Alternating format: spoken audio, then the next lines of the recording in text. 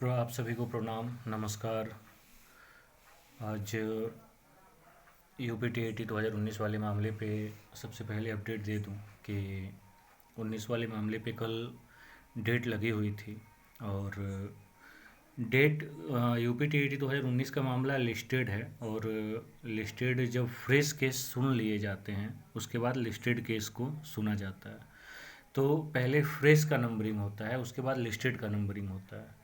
तो जो लिस्टेड का नंबरिंग हुआ था उस नंबरिंग में हम लोगों का 3 नंबर पे यूपीटीईटी 2019 का मामला लगा हुआ था। और लिस्टेड केस होने का मतलब कि फ्रेश केस पहले लंच से पहले सुना जाता है मॉर्निंग शिफ्ट में, और इवनिंग शिफ्ट में जो लंच के बाद सुना जाता है उसमें लिस्टेड केस मतलब उसमें भी फ्रेश सुना जाता है और समय निकाल के लिस्टेड सुना जाता है। तो लिस्टेड केस में जो हम लोगों का यूपीटीईटी 2019 था वह बिल्कुल 3 नंबर पे था। मतलब कि बस माननीय कोर्ट बैठे और एक दो फाइल की सुनवाई के बाद तीसरा नंबर हमारा ही, मतलब तीसरा नंबर पे हम सबके 2019 वाले मामले पे सुनवाई होनी थी। लेकिन मतलब इतनी बुरी स्थिति है कि क्या बताएं। कोर्ट कल बैठी ही नहीं। मतलब कल तो बिल्कुल सभी खुश थे, अधिवक्तागण भी खुश थे, क्योंकि 2019 वाले मामले को लेके काफ़ी लंबा खींच चुका है ना, 3-4 साल। लोग परेशान हैं, सभी के दिमाग में था कि यार कम से कम ये मामला सॉल्व हो। और सबको लग रहा था कि चलो आज तो सुनवाई होके ही रहेगी। लेकिन हुआ क्या, इसके बिल्कुल उल्टा विपरीत। और मैं पहले भी बता चुका हूँ, खैर अभी बता दूँ कि मैं कल बोला था कि मैं मतलब जो भी अपडेट होगा शाम को दूंगा। मैं शाम को अपडेट नहीं दे पाया था, इसके लिए क्षमा चाहूँगा। लेकिन अ, मैं मतलब ये कहना चाहता हूँ कि सरकार, मैं कई बार मैटर पे बता चुका हूँ कि सरकार मतलब इस पे ध्यान देना ही नहीं चाहती है। नहीं तो कोई बड़ी बात नहीं है। इतने साल से मामले को रोक के रखा गया। उधर तो चलो मान लो कि 2.5-3 साल कोरोना काल डिस्टर्ब किया, तो चलो ठीक है भाई, कोरोना काल से डिस्टर्ब था 2019 वाला मामला। लेकिन इधर तो कोरोना काल नहीं है ना, इधर तो बढ़िया एकदम सब मामला ठीक ठाक चल रहा है। चलो मान लेते हैं कि हर बार एक बहाना रहता था कि भाई हमारा जो हम लोगों का केस लगता है वो 3,000 कुछ पे लगता है। तो जैसे लिस्टेड में लगता है तो 100 प्लस रहता है, 100 प्लस रहता था। तो 100 प्लस में एक ये डर रहता था कि चलो भाई 100 प्लस है तो 100 नंबर आते आते शाम हो जाता है, माननीय कोर्ट उठ जाता है। तो कोर्ट उठ जाने की वजह से सुनवाई नहीं हो पाती थी। लेकिन कल 3 नंबर पे था, बिल्कुल लंच के बाद सुनवाई होनी है, ये डन था। और माननीय कोर्ट, कल कोर्ट बैठी भी थी, जिस कोर्ट में लगा हुआ था मामला उस कोर्ट में माननीय कोर्ट बैठी भी थी। और बैठने के बाद लंच तक बढ़िया केस पे सुनवाई हुआ।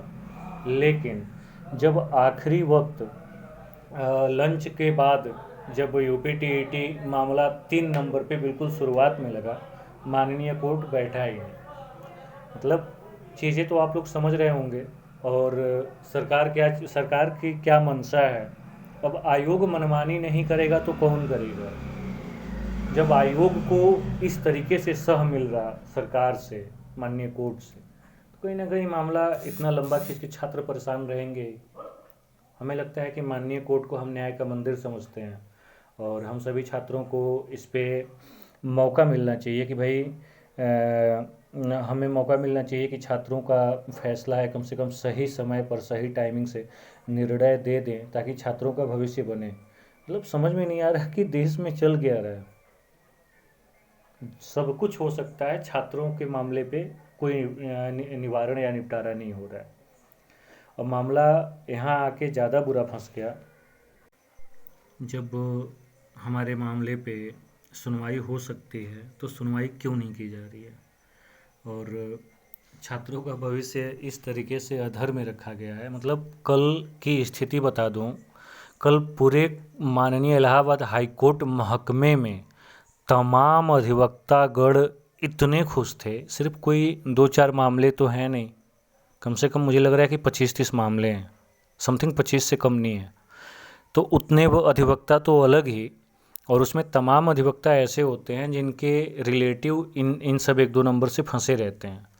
और जब भी माननीय यूपीटीईटी का बढ़िया से सुनवाई होता है ना, कोर्ट बिल्कुल खचाखच भरा होता है, वो भी वकीलों से।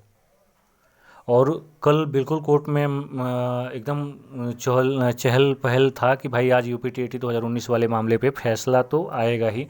मैं कह रहा हूँ एक दिन में फैसला नहीं आएगा, निर्णय तो आता ना कि हाँ भाई सुनवाई करके हमें मामले को जो भी इस पे निस्तारण का डेट मिलेगा, एक डेट, दो डेट, दो तीन डेट लगते हैं और क्या, मामले पे निवारण हो जाता, बात ख़त्म।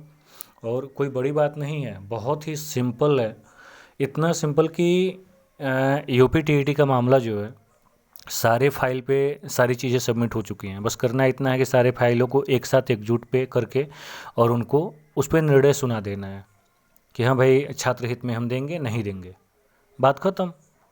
उसमें जिसे डिवीज़न बेंच जाना होगा जाएगा, और जहाँ अपील करना होगा करेगा। लेकिन ना मामले पे सुनवाई किया जा रहा है कि ना आप डिवीज़न जा सकते हैं, ना सुप्रीम कोर्ट जा सकते हैं। मतलब एकदम मस्त जगह पे आप फंसे पड़े हैं, फंसे रहिए। अब मैं भी रिस्पॉन्सिबल हूँ कि छात्रों को क्या जवाब दूँ, अधिवक्ता भी रिस्पॉन्सिबल है, मतलब हर कोई रिस्पॉन्सिबल है। बस सरकार, आयोग और माननीय कोर्ट तो भाई सर्वोच्च हैं, किसे हम क्या कहें कुछ समझ में नहीं आ रहा। मतलब और ये घटना सिर्फ हम लोगों के साथ पहली बार नहीं हुई है, ऐसे तमाम बार होता है कि हम लोगों के मामले पे कभी सुनवाई सही समय पे सही डेट पे नहीं होती है और हमेशा ही फंसा दिया जाता है। तो ये दुख की पीड़ा है ये जो मैं आप लोगों से कह रहा हूँ। और मतलब मूड इतना कल शाम को अपसेट हो गया हमारा कि हम जानबूझ के वीडियो नहीं बनाए, मतलब दिमाग ख़राब हो गया, क्या जवाब दें यार हम छात्रों को। मतलब 3 नंबर पे केस लगा है, उस पर सुनवाई नहीं हो रही है। और ये मामला एक बार का नहीं, मैं बहुत साल से झेल रहा हूँ।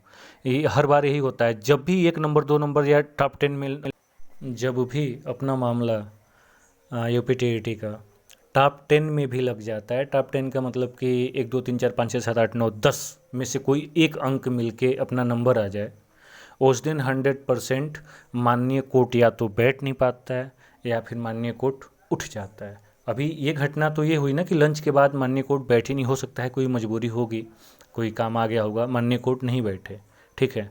एक घटना और भी घटित होती है माननीय कोर्ट में, मैं आप लोगों को अवगत इसलिए करा दे रहा हूँ कि ताकि आप लोगों को भी पता रहे। जैसे कि केस चल रहा है, ठीक है, केस चल रहा है, आपका मामला 30 नंबर पे लगा है, पता चला 29 नंबर तक या 28 या 27 नंबर तक केस को सुना जाता है, और 28 27 28 29 तक सुन के और माननीय कोर्ट बीच में उठ जाती है और उठ के चली जाती है। क्या भाई कि कोर्ट अभी उठ गई है, जब कोर्ट फिर बैठेगी तो इस मामले पे सुनवाई होगा, तब तक पता चलता है दिन ख़त्म, फिर आपको अब कोई नया डेट मिलेगा, नए डेट पे सुनवाई होगी। इस तरीके से मतलब समझ रहे होंगे ना मैं कहना क्या चाहता हूँ, बहुत खुल के ना बोल के मैं कहना क्या चाहता हूँ। तो मतलब हम छात्रों का भविष्य मतलब ज़िंदगी नर्क बना के रखा गया है सरकार के द्वारा। खैर जो भी है, अब तो जो झेलना है वो तो हम झेल ही रहे हैं। लेकिन हाँ, आपको एक चीज़ और बता दें, यूपीटीईटी 2019 के इसी मामले पर डेट आपको मिली है और वो लाइकली डेट है 1 दिसंबर। देख रहे होंगे this case is likely to be listed on 1 December 2022। तो 2022 को अपने वाले मामले पे डेट लगी हुई है। तो देखते हैं 2022 पे, अभी देखिए कितने नंबर पे लगेगा केस ये किसी को क्लियर नहीं है, कौन से कोर्ट में होगा ये भी क्लियर नहीं है, क्योंकि लाइकली है। और मुझे लग रहा है कि 2-3 दिनों में क्लियर हो भी जाएगा कि किस कोर्ट में किस नंबर पे मामले को सुनवाई होनी है। भगवान से हम यही प्रार्थना करेंगे और माननीय कोर्ट से कि मामले का निवारण हो। और हम छात्र तो भाई माननीय कोर्ट को ही मंदिर, न्याय का मंदिर समझते हैं, और हमारे लिए तो जस्टिस महोदय भगवान से कम तो है नहीं। तो हम सभी छात्र यही चाहेंगे भाई कि मामले पर सुनवाई हो, मामले का निवारण हो। भाई आपका जो निर्णय होगा हम देखेंगे, अगर हमारे लिए उचित होगा तो ठीक है, नहीं उचित होगा तो हम डिवीज़न बेंच में अपील कर लेंगे, क्या प्रॉब्लम है। लेकिन भाई निवारण तो होना चाहिए ना। तो उम्मीद यही करते हैं कि माननीय कोर्ट से कुछ ना कुछ निवारण हो जाएगा। और 1 तारीख को डेट लगी है, ठीक। और वीडियो तो खैर काफ़ी लंबा हो गया, सॉरी, लेकिन क्या करें, कल मूड अपसेट होने की वजह से मैं वीडियो ही नहीं बनाया था शाम को। और मतलब 3 नंबर पे केस लगता है, उस केस पे सुनवाई नहीं हो पाती है। अब इससे ज़्यादा दुखद क्या हो सकता है हम लोगों के लिए। 100+ तो मिलता है तो कभी सुनवाई, वो तो हम पहले से ही अस्वस्थ रहते हैं कि चलो भैया राम भरोसे, शाम को अगर गलती से फाइल टेकअप हो गई तो ठीक है, नहीं टेकअप हुई तो भैया राम राम। वो तो हम झेल ही रहे हैं, आज से नहीं, हम तो तमाम पता नहीं कितने साल से झेल रहे हैं, तमाम छात्र झेल रहे हैं। 2021 का मामला भी इसी तरीके से लंबा खींचा चला जा रहा है। खैर ठीक है, जो भी होगा देखा जाएगा। चलिए, धन्यवाद।